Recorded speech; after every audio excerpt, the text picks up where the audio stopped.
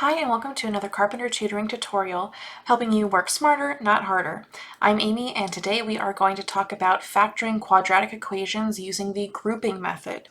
You may be wondering why we would use grouping with quadratic equations, because quadratic equations by definition have no more than 3 terms, and grouping is best used when we have 4 terms. So how do they work together? Well, grouping with quadratic equations is super helpful when we have a number other than 1 serving as the coefficient for the squared term, meaning we have a coefficient or an a value other than 1. Let's take a look at an example. We'll be considering the equation 3x squared minus 10x plus 8 equals 0. We'd love to use our magic numbers method here, and the good news is that at the very beginning we can, and it's going to look just the same as when we tackle an equation where a equals 1. So the first thing I have to do is think of 2 magic numbers that add to the same thing as the middle term, which in this case is negative 10, and that multiply to the same thing as a times c.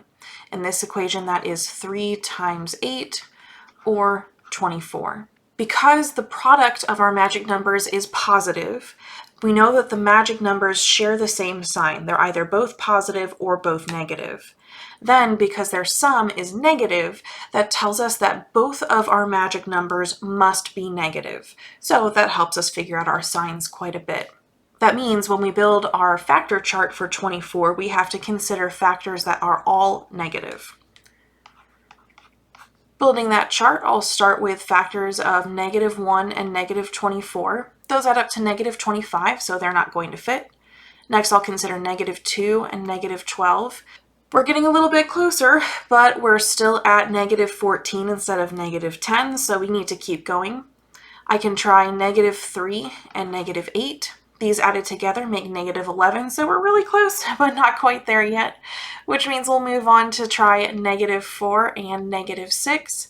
When I add these together, I get a sum of negative 10, so I know that these are my magic numbers. Now, in past situations when we had an a value of 1, we would use these magic numbers and plug them right into our factors. Unfortunately, because we have our a value as something other than 1, we can't do that. I have another video explaining why, so please check that out if you'd like to see why we have to go through this extra step. But if you don't care about why and you just want to make it through your homework, here's what we have to do from here. Use the magic numbers that you just found and split your middle term, the b term, into those 2 values.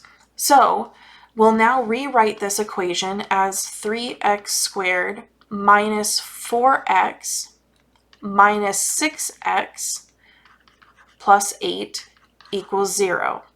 Again, all that I've done to rewrite this is split what used to be negative 10x into 2 separate terms, and I determined what values to use based on the magic numbers that we found.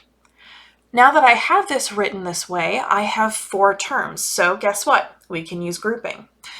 To use grouping, we have to look for the greatest common factor of each group of 2 terms.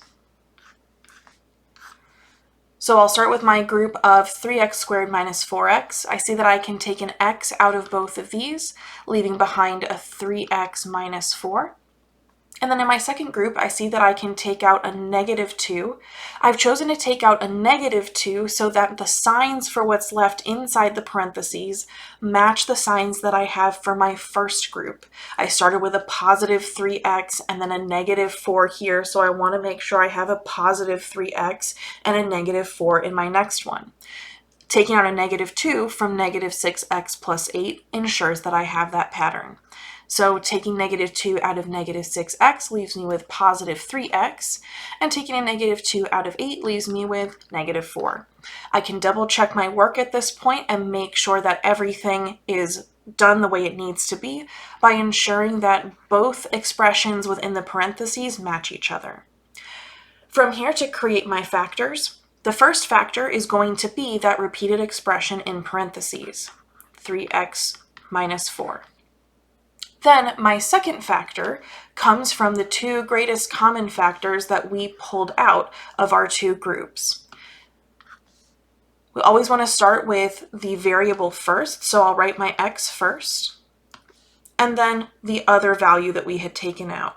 This is a -2. That negative sign turns into a minus or subtraction sign when I use it in my factor, so this becomes a factor of x minus 2. Then this whole equation is still equal to 0, and we have successfully turned our quadratic equation into its factored form. We were able to break everything down using grouping. I think this is the easiest, most reliable method to handle these kinds of equations where you have an a value that is not 1. Now that we have everything factored and have remembered that it's still set equal to 0, we can solve from this point forward.